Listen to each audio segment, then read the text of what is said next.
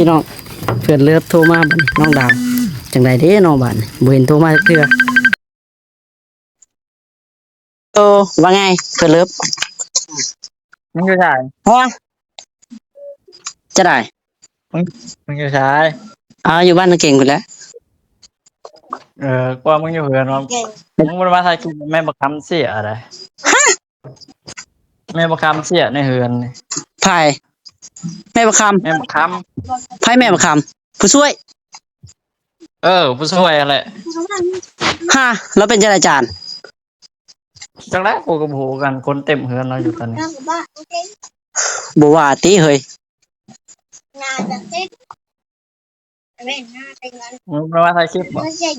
เอ้าก็คันอะไรก็สิเมื่อคือกันแล้วเฮ้ยเสียเลยได้บริบอกเล่นได้บ่ว่าดอกเอ้าเราก็ไปเป็นประจำบ่เราเป็นเราโอ้ยว่าบ่ถึงเด้บ่ได้สั่นเด้อดาวเว้ยว่าบ่ถึงเด้กูกับประยักษ์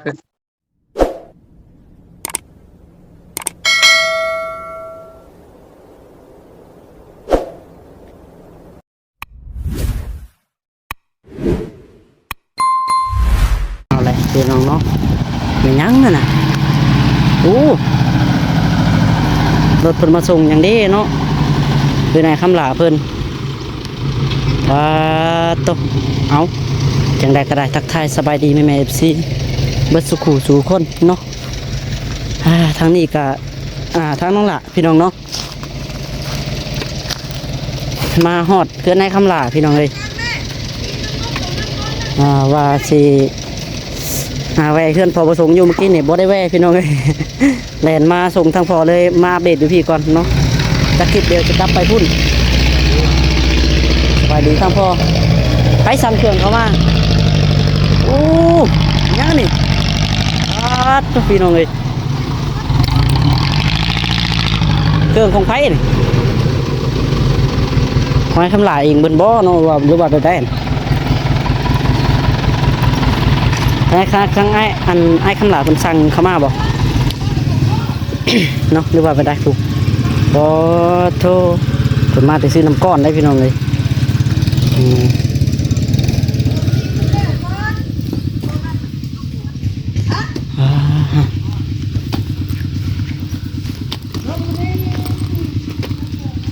พี่ทั้งสองหนุ่มเฮากำลังขุดเนาะ กำลังขุดคานพี่น้องขุดแล้วก็ก้อเนาะขุดก้อเป็นให้คำหลาเตรียมชิก้อคานเนาะนี่แหละบรรยากาศเด้อพี่น้องเนาะเอาสบายดีน้องแม็กสบายดีพี่น้องเอ้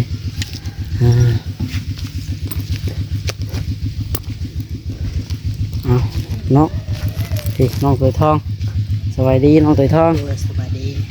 ปลดไม้บ่หรือว่าไปได้นิ่งเพียกก็บ่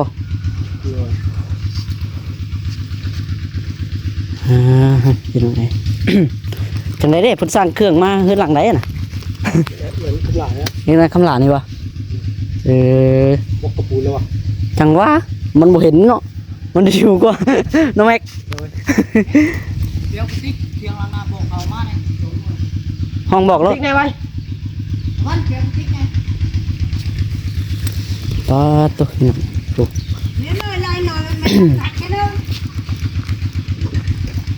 ทางไอ้คำหลาเป็นสั่งเขามาบ่เนาะหรือว่าทางที่นั่นเนี่ยไอ้เพิ่นน้องเอ้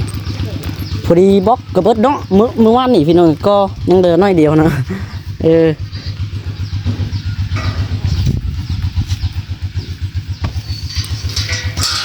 เอาจังได๋ก็มาเบิ่งบรรยากาศนำกันพี่น้องเอ้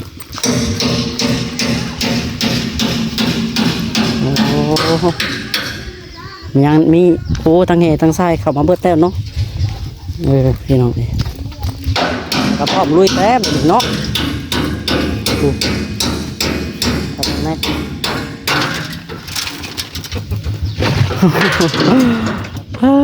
เธอเอามื้อนี้บ่มีไฟฮะยังบ่เห็นสบายดียังบ่เห็นไผมาได้มื้อนี้เฮา5 3แต่มันบ่งบบ่พอเอาได้3ทางยูทูบเบอร์บ่สั่งเขามา ทางช่อง เบาแสน เบาแสนบ่สั่งมาให้ไอ้คำลานี่บ่ แม่น โอ้พี่น้องเนาะได้หับเครื่องเข้ามาตื่มเด้อมื้อนี้เนาะ แม่น เป็นปูนจักสอบเจ๊ 3 ปูน3สอบ เอา ราคามีบล็อกบ่ มีบล็อก200บล็อก200 แม่ โอเคพี่น้องเนาะ 200ครับทุกบ้านนี่ก็ว่าบล็อกอาชิมัง5ซอกนี่ โอ้ มันได้ดี ตัวน้องใส่หลาซื้ออ่ะ ฮะ หลาได้ซื้อเอ็มลอยหลายเนาะ โอ้ ให้ผู้ส่งเครื่องกินน้ำบ่ ไม่ผู้ส่งเครื่องกินน้ำบ่เจ๊บ่ทันทีเจ๊เลยสิเรียกน้อยคำล่ะโอ้ยฮะสปอนนี่จะขวดเดียววะเลยอันนี้ก็ได้เอาให้น้องถวยก็ได้สปอนเราเอาดอกพี่น้องอันนี้เรากินเป็นสปอนเซอร์พี่น้องเนาะอ้าวสบายดีไอ้คำล่ะเนาะ สบายดี พี่น้องพอเบิ่งดูนี่พี่น้องเอ้ยได้หับเครื่องเข้ามาตื่นมีได้มื้อนี้เนาะทางน้องหลาก็ยังทันได้แวะเครื่องตัดดองได้พี่น้องเอ้ย แล่นมาส่งทางพ่อหั่นนะเลยมาเอ้าเห็นเพิ่นมาส่งเครื่องหั่นนะเลยถ่ายคลิปเนาะถ่ายคลิปเซ็กเบิ่ง กินแล้วเขากินแล้ว ถ่ายคลิปเซ็กเบิ่งเครื่องพี่น้องทางง่ายๆเพิ่นใจ สั่งเนาะสั่งมาน้องหลาก็อยู่นี่เลยถ่ายคลิปนะพี่น้องเดี๋ยวมาเบิ่งนํกันปูน3สอบเพิ่นสั่งเข้ามาเนาะบล็อกอีก200พี่น้อง ไอ้เวลาแบกปูนมันเด้อปูนนี่ คุณนี่เด้ มาเอาของใหม่เอาของเก่าก่อน น้องกำลังหาอะไรมาเอาอยู่นี่ เฮ้ยเนาะ เบรกเองเลย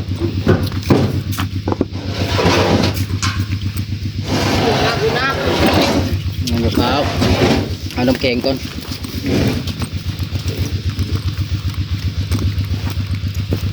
เอาเนี่ยเบิ่งน้ำกันเนาะนี่แหละพี่น้องเลยบรรยากาศกำลังก่ออยู่ทางนี้เอ้าคือแกะมันลงเลยทองมันเอาเพียงโอ้อันนี้ก่อตีนมันเนาะแล้วยังก่อตั้งอีกตัวป่ะก่อนหนึ่งอ๋อก่อหลอกตีนมันก่อนพี่น้องแล้วก็สิก่อตั้งอีกก้อนหนึ่งเนาะ ไม่ไฟตายว่าพ่อชาแก้วไม่ไฟตายบ้านเจ้า ไฟเสีย ฮะ นี่ผมมีคำน้ำตาจนเลย เอาผู้ใดสั่นไม่เท่าไม่ผู้ใดจะเท่า ไม่ หมู เท่า บักเลยเลยยังให้เวียกมันเมื่อเลย แนวไรเจ้าจะคู่ เอาบักเลยเลยโทรว่า มันเชียงเลยนะ หมดเลยผู้เห็ดงานนั่นเจ้าบ่ มันมาให้เวียกมันว่าบ่ได้เฮ็ดเด้อ เราว่าได้นะไพ่ตาย มันไม่เท่าจักไม่ไฟเท่าไฟจัก มีแต่พูดแต่ว่ามีคนตาย แล้วเราข้อเมื่อ เราขอเมื่อแล้วว่าไม่เถ่าบ่ จักไม่เท่าไฟ เราว่าคนในบ้านนี่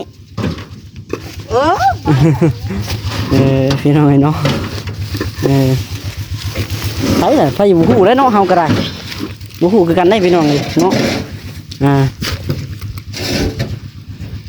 แต่ก็คำว่ามีคนตายแล้วเขาเจ้ายิงปืนสิฮู้ยิงปืนหรือว่าเขาประกาศในวัดนะประกาศในวัด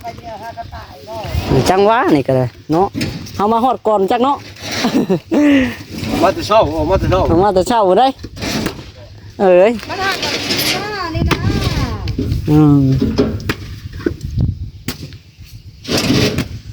ใช้สองอันเลยบ่ใช้สองก้อนเลยบ่เห็นได้ท่อยังบ่ได้บ่พอท่อพอถามมันน่ะ ยัง ไว้ได้พี่น้อยกินเอ็มร้อยนี่เมื่อคืนนี่พอโต นอนมารับคืนนี่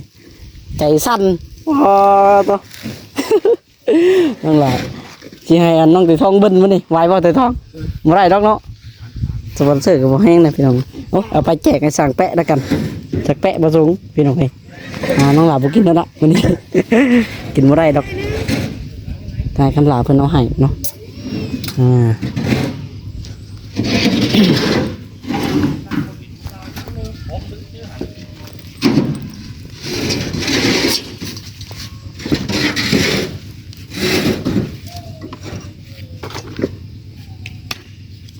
เอ้าเอ้า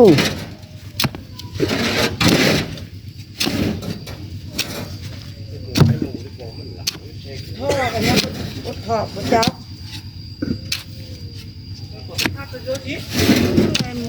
โง่เลยมาเชื่อเถอะ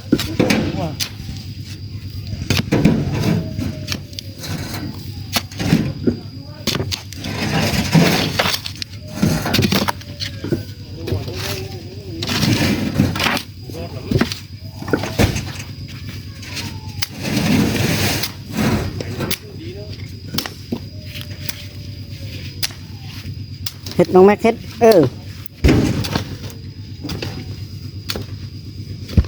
นี่แหละพี่น้องกำลังผสมปูนอยู่เนาะถ้าน้องไปท้องกะ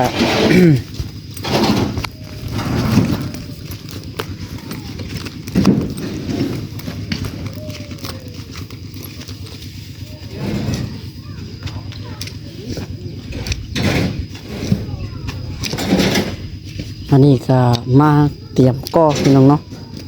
งานที่หับในเฮือนในคำลานี่มีแต่งบอันตั้งเสาเทคานบ่พอ ตั้งเขาที่พาน โอ้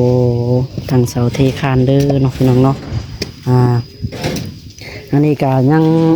ขาดหลายๆอย่างอยู่เนาะสำหรับเพื่อนนายคำลาเป็นก็ได้พี่น้องเองหลังจากตั้งเสาแล้วก็เราเบิ่งดินบาดอ๋อต่อยคำลาจัดนักจัดเต็มแท้เจ้าบุนี่ยังบ่มีไผมาบ่บุนี่ ยัง ยังบ่ ยัง โอ้พี่น้องเอ้ยมีแต่ทีมงานมาก่อนเนาะ ทางบ่อแสนบ่อจิตยังบ่เห็นมาเนาะเอาพี่น้องเอ้ย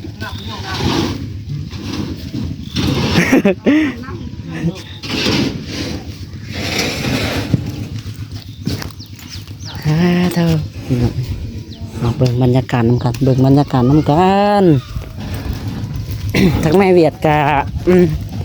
ขยันเลยเนาะแม่เวียดกันเนาะมาแต่เช้าพี่น้องเลยโอ้ยบุกแต่เช้าได้เจ้าก็ได้ว่าบุกงานแต่เช้าเลยเจ้าก็ได้เนาะ ลูกสาวก็ไป3 เที่ยวแล้ว โอ้ ลูกสาว3 เที่ยวแล้ว ไปส่งทางใดแน่มื้อนี้ ลูกสาว2 คนเลยก็ไปรถ ปัญหาแล้ว เนาะ หมอสองบอกซิกเลยเด้อ ฮะบ่อันบ่แสนบ่ บ่ใช่ โอเคเดี๋ยวมัน มื้อนี้คือบ่มีไฟมา จังว่าเงียบๆเงาๆอยู่นี่ฮะจะเป็นจังได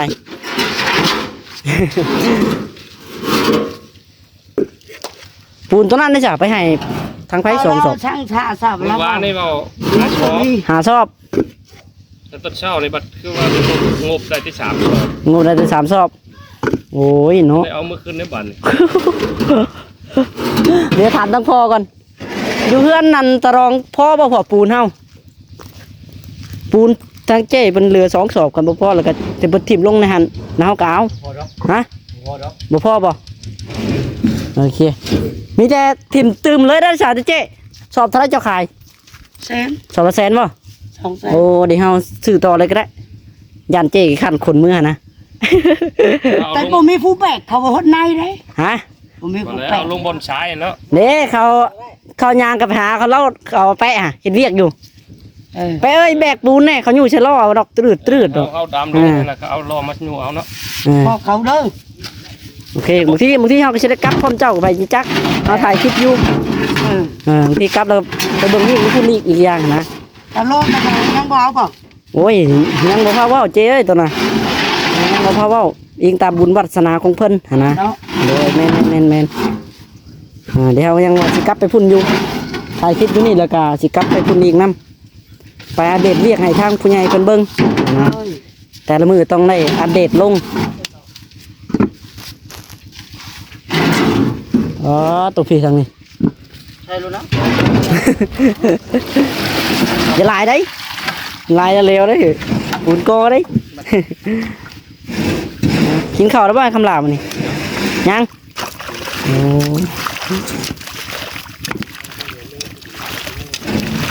เอาพี่น้องเนาะตอนนี้ก็จังไดเนาะเห็น FC เพิ่นหลายๆคนเนาะคอมเมนต์ฝากเตือนน้องหลาเข้ามาเนาะเรื่องพี่น้องเนาะเรื่อง YouTube เนาะตอนนี้มันกดมันมานักแห้งอะไรรอบนี้พี่น้องเนาะ ห้ามถ่ายเด็กน้อย ห้ามบริรอเขาเจ้าอะเนาะทางที่ดีครับว่ามีคลิปมีหยังน้องหาอะไรลบเบิดพี่น้องเลยเนาะน้องหล่าก็เฮ็ด YouTube มานี่ก็3 ปีแล้วได้เนาะ3 ปีแล้วได้พี่น้องเลยเนาะระวังที่สุดก็คือห้ามถ่ายเด็กน้อย เห็นทางเบาเตียงเบาลี่นะพี่น้องเบาลี่เพิ่นได้ประกาศออกบอกแจ้งเตือนวงการ YouTube อยู่เนาะทางเบาเตียงเพิ่นว่าห้ามถ่ายเด็กน้อยเด็ดขาดเพิ่นว่าถ้าว่ามีคลิปเด็กน้อยนี่หาหลบออกรถบ่ต้องเสียดายมันเพิ่นว่าเนาะ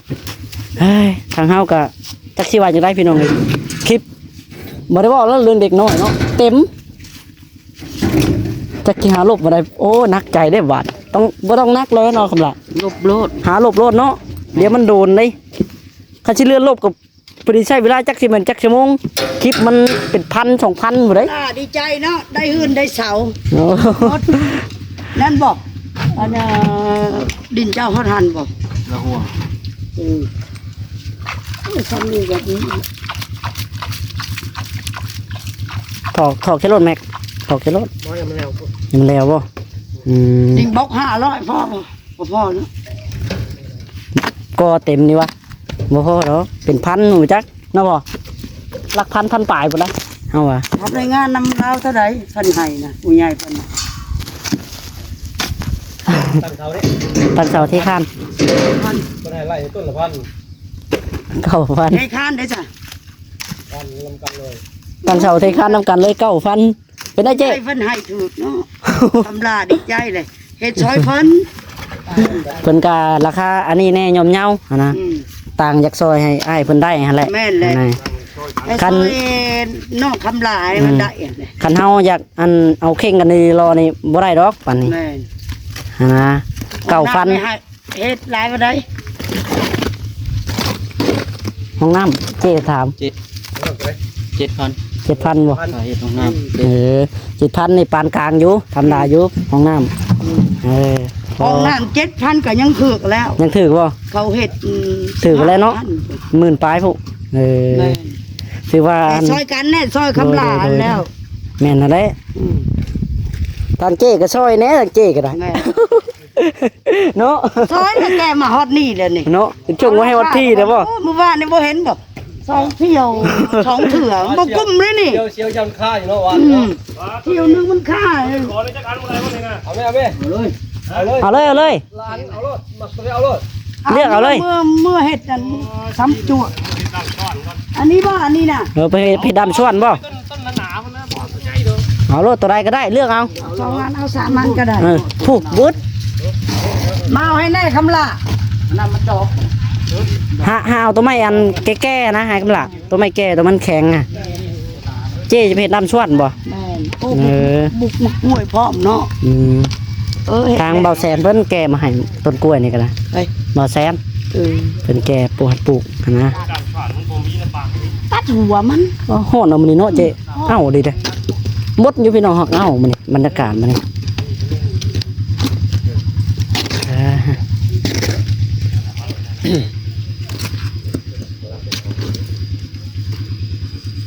คนสวยละนิดคนละน้อยนี่เนาะคนสวยเสา โอ้สำนีก็ถือว่าขึ้นหน้าไปหลายแล้วลาก็ได้ ขึ้นรถ แบกให้เจ๊เพิ่นแน่ ได้เบิดละ มีเคยปลูกก็ไปจอดบ่ายเลย ตัว แล้วมีปลูกก็ไปให้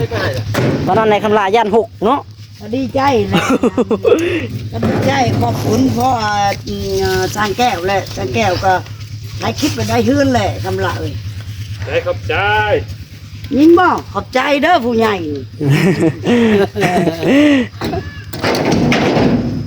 ขอบใจเบิดทุกคนนั่นแหละโอเคโชคดี เอาสินั่งอ่ะ ฮะ เอาบ่ เอาไปทีมลงไห้รถมีแต่เอิ้นเอาทีมงานเฮาแหละเอิ้นเขาอันสั่งแปะ แป๊ะเลยเด้อ เอาแปะรถแน่ๆๆๆเนาะดื่มเอาเงินให้เราได้นี่เย้โซ่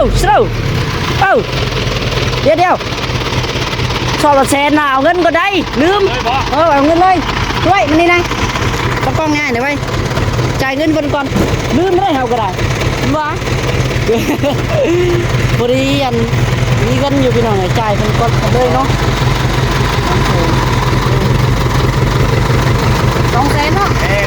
2 ชอบ2 แสนโอเคเด้อ2 ชอบ โอเค ได้เด้อ โอเคครับขอบคุณโชคดีอย่าให้รถค่าเลย เอ้ รถค่าที่ขั้นชุกซอยเลย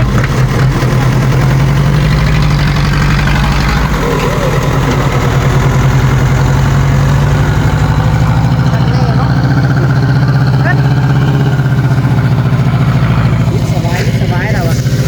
มันเบาอยู่ ใช้ปูนเอาไปเทเลยเหรอ ซื้อปูนฟังให้กับทางตะดองต่อเนาะปูนบ่พออีพ่อว่ายันบ่พอนะทำอะไรกับทางเจ้เพิ่นนั่นนี่แหละซื้อไปให้ทางเดือนคุณต่อเลยพี่น้องเนาะกับเงินของทางเท่าแม่เพิ่นคือเก่านั่นแหละเนาะ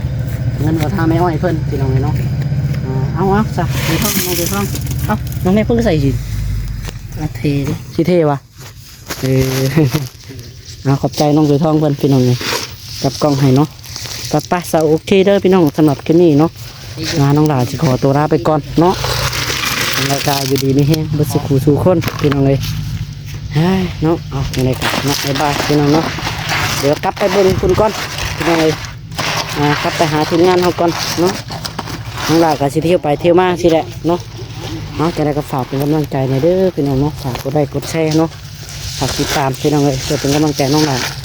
ถ่ายคลิปต่อไปพี่น้องเอาสำหรับคลิปนี้ขอกล่าวคำว่าเนาะโดยพี่น้องเลยสบายดีเนาะพี่น้องเพื่อนเลิฟโทรมาบัดน้องดาวจังไดเด้น้องบ้านบ่เห็นโทรมาเทื่อว่าไงเพื่อนเลิฟ มึงอยู่ชาย ฮะจะได้ มึงอยู่ชาย อยู่บ้านนาเก่งกูแหล้ว กว่ามึงอยู่เหือนว่ามึงบ่มาถ่ายคลิปแม่บักคำเสียอะไรแม่บักคำเสียในเหือนนี่ ไผ่แม่ประค แม่บักค ำไผ่แม่ประคำผู้ช่วย ำผู้ช่วยอะไร ฮะแล้วเป็นจราจารย์ จังไรกูกับหูกันคนเต็มเหือนเราอยู่ตอนนี้ บ่ว่าติเฮ้ย มึงบ่มาถ่ายคลิปบ่ ก็คันอะไรกันสิเมื่อคือกันแล้วเฮ้ย เสียได้บ่ได้บอกเล่นได้ บ่ว่าดอกเราคือไปเป็นประจำบ่เราเป็นเราโอ้ยว่าบ่ถึงได้บ่ได้สั่นได้ดาวเว้ยว่าบ่ถึงเด้ จังไรกูก็บ่อยากคือ จังได๋บ้าบาดนี่ จนว่ามึงมาถ่ายคลิปให้ F2 FC ยังหูนะมันมีผ่าน คันโอ้สิเมื่อแล้วกูก็ได้กูจุดสั่นแล้วตัวนี้นะอลีบ่เราเป็นหยังคือตาย กูก็บ่ฮู้กันแล้วกูก็คนหลังออกมาอยู่กูก็บ่ฮู้กันว่าเป็นหยัง บ่ได้ไปเบิ่งบ่ บ่ตำรวจกำลังมาสืบดิฉันอยู่สักเราเป็นหยัง โยเต็งก็บ่กล้ามือคือกันเลยคำว่าตำรวจมาก็ได้ไม่ได้เพิ่นเคลียร์ก่อน เอ้ยเขาเคลียร์กันน้อยเขาก็เมื่อแหละเขามาเบิ่งกันว่ามีหอยตีบ่คือไผช็อตบ่ เออพ่อบ่ดาวโทรมาแม่นผู้ช่วยตายแล้วได้อลีผู้ช่วยนะ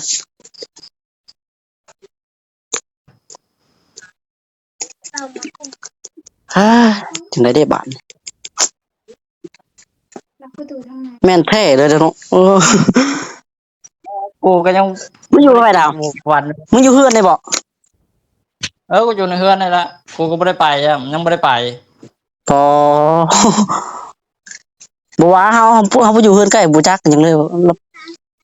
เป็นบ่ได้ ขนาดกูก็ เออ ได้ยินถ้าเขาขุดมาเช้านี่เราก็มาในเฮือนก็เราก็ไปหาเมียเรากับเมียเราบ่เห็นแล้ววันนั้นเนี่ยพอขุดมา ภายสังพุทธะ ก็มาในเฮือนก็เมียเราบ่เห็นเรากับไปเฮิงเติบแล้วปานนั้นมาเห็นเมียเราในเฮือนมาตาย สังพุทธนี่ เราว่าบ่เห็นเมียเราแต่วานเนี่ยคุณเราหาเมียเราออกมาหอบ เออ เออโอ้ยว่าเก่งว่าบ่ถือจะจับสั้นตอนนี้นะ โอ้ย คนกะ คนลูกได้เพิ่นหนาวแต่เงียบปอจังหน่อยกูเมื่อจ้ะ เออ โอเค